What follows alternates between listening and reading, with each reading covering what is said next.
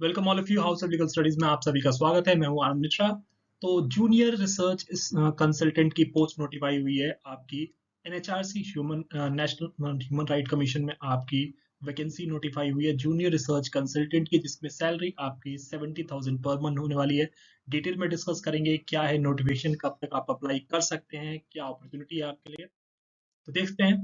National human right commission में 8 मई की notification आपको दिख रही है, जिसमें एडवर्टाइजमेंट नंबर आपका 6 ऑफ 2026 है, जिसमें आपका young professionals as junior research consultant की तरफ तौर पे आपको नेशनल ह्यूमन राइट कमीशन में कॉन्ट्रेक्चुअल बेस काम करने का मौका मिलने वाला है, याद रखिएगा। ठीक है, जिसमें आप अप्लाई कर सकते हैं। ऑनलाइन एप्लीकेशन है, याद रखिएगा, जो एनएचआरसी की वेबसाइट पे आपको मिल जाएगा। वहाँ पे अप्लाई कर सकते हैं लेटेस्ट बाई 9 जून 2026। 9 जून लास्ट डेट है अप्लाई करने के लिए।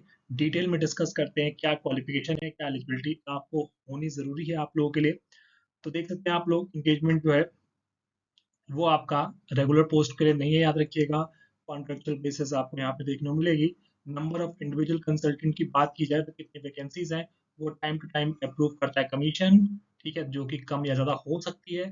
टाइम ऑफ ड्यूरेशन की बात की जाए तो इनिशियल जो आपका ड्यूरेशन है वो आपका 2 साल का रहने वाला है, और उसको एक्सटेंड किया जा सकता है, याद रखिएगा, परफॉर्मेंस के बेसिस पे आपका मैक्सिमम 5 साल के लिए। तो 5 साल आपकी मैक्सिमम टर्म है, 2 साल मिनिमम टर्म के लिए हायर किया जा सकता है, याद रखिएगा। यंग प्रोफेशनल जो कि जूनियर रिसर्च कंसल्टेशन की वैकेंसी है। एलिजिबिलिटी क्राइटेरिया की बात की जाए तो इसेंशियल एलिजिबिलिटी क्राइटेरिया जिसके बेसिस पे आप अप्लाई कर सकते हैं, तो एलएलबी या पोस्ट ग्रेजुएशन डिग्री है आपके पास, जो कि सोशल साइंस में, या आप पॉलिटिकल साइंस की बात की जाए, सोशोलॉजी है, इंटरनेशनल रिलेशंस है, वर्क साइंस है, ह्यूमन राइट्स है, डेवलपमेंट कम्युनिकेशन एक्सेट्रा, तो आपके पास एलएलबी हो, या बेसिकली आपके पास पोस्ट ग्रेजुएट डिग्री हो किसी भी सोशल साइंस के कोर्स में, जिसमें आपका मिनिमम 60% मार्क्स आपने स्कोर किया है, तो इस पोस्ट के लिए आप बिल्कुल एलिजिबल हैं। ये है इसेंशियल जिसके बेसिस पे आप अप्लाई कर सकते हैं। लेकिन जब हम बात करते हैं डिजायरेबल की, कि कमीशन को कौन से स्टूडेंट्स को प्रेफरेंस देनी है, तो person with MPhil, LLM, PhD या एडिशनल क्वालिफिकेशन आपके पास है, चाहे रिसर्च पेपर्स आपके पास पब्लिश पेपर्स हो, ठीक है, रिसर्च एक्सपीरियंस है आपके पास, पेपर पब्लिशिंग है, पोस्ट क्वालिफिकेशन एक्सपीरियंस है रिलेवेंट फील्ड में, सोशल साइंसेज में अगर आपने पीएचडी की है, या पोस्ट ग्रेजुएट डिग्री जो पीजी कोर्स किया है, तो यहाँ पे आपको डिजायरेबल की बात की जाए प्रेफरेंस मिल सकती है। ठीक है, एक्सपीरियंस आपका 1 साल का एक्सपीरियंस यहाँ पे मांगा गया है। देखिए, 1 ईयर रिसर्च एक्सपीरियंस इन या तो गवर्नमेंट में या रेपुटेड सेमी गवर्नमेंट ऑर्गेनाइजेशन है, इंटरनेशनल डेवलपमेंट एजेंसीज है, रिसर्च ऑर्गेनाइजेशन है, एनजीओ में, या आपने 1 ईयर लीगल एक्सपीरियंस है, तो यहाँ पे आप अप्लाई कर सकते हैं, याद रखिएगा। जिसमें आपका इंटर्नशिप या कोई ट्रेनिंग की है आपने कॉलेज के टाइम पे, या इंटर्नशिप किया है, तो वो आपका यहाँ पे नहीं काउंट होगा, याद रखिएगा। एलएलबी के बाद आपने इंटर्नशिप किया है तो काउंट नहीं होगा, लेकिन आपने एज एडवोकेट काम किया है तो वो आपको यहाँ पे कंसीडर किया जाएगा।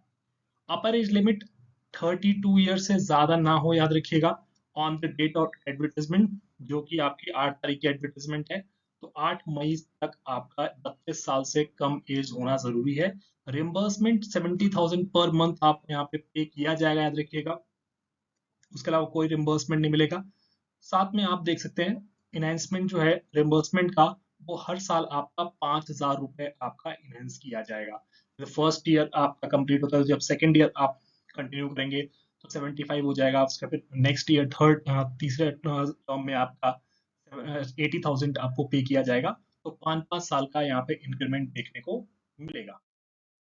रिम्बर्समेंट और भी आपको यहाँ पे देखने को मिलेंगे। जैसे अगर मान लीजिए आपको दिल्ली से बाहर भेजा जा रहा है, तो देखो, इंडिविजुअल कंसल्टेंट को एंटाइटल्ड है एसी सेकंड टायर जो रेल और इकोनॉमी क्लास जो एयर के थ्रू आपका जो टिकट है वो रिम्बर्स हो जाएगा। और साथ में जो आपका होटल का पैसा है, टैक्सी आप वहाँ पे बुक कर रहे हैं, कहीं जा रहे ट्रेवल कर रहे हैं, और फूड बिल्स भी आपका, लेकिन एक लिमिट में होगा।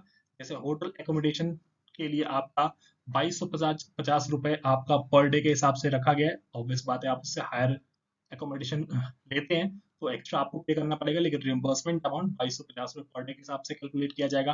Taxi charges to 38 rupees per day के हिसाब से, और फूड जो है वो 900 रुपये पर डे के हिसाब से आपका यहाँ पे कैलकुलेट किया जाएगा, याद रखिएगा, बिल्स में, जो कि अमाउंट आपका रिम्बर्स हो जाएगा।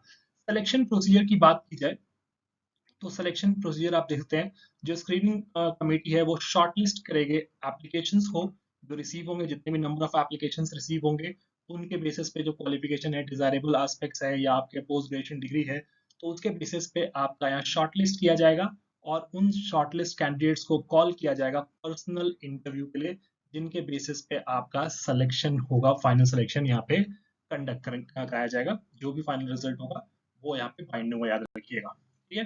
तो आपको यहाँ पे इंटरव्यू बेस्ड आपका सिलेक्शन है। कोई भी दिक्कत हो, डाउट हो, आप लोग मुझसे कनेक्ट कर सकते हैं, चाहे वो इंस्टाग्राम हो, टेलीग्राम ग्रुप को ज्वाइन कर सकते हैं, आप लोग व्हाट्सएप के थ्रू आप पूछ सकते हैं। सबसे इंपॉर्टेंट यूट्यूब चैनल सब्सक्राइब करना ना भूलें। Thank you so much.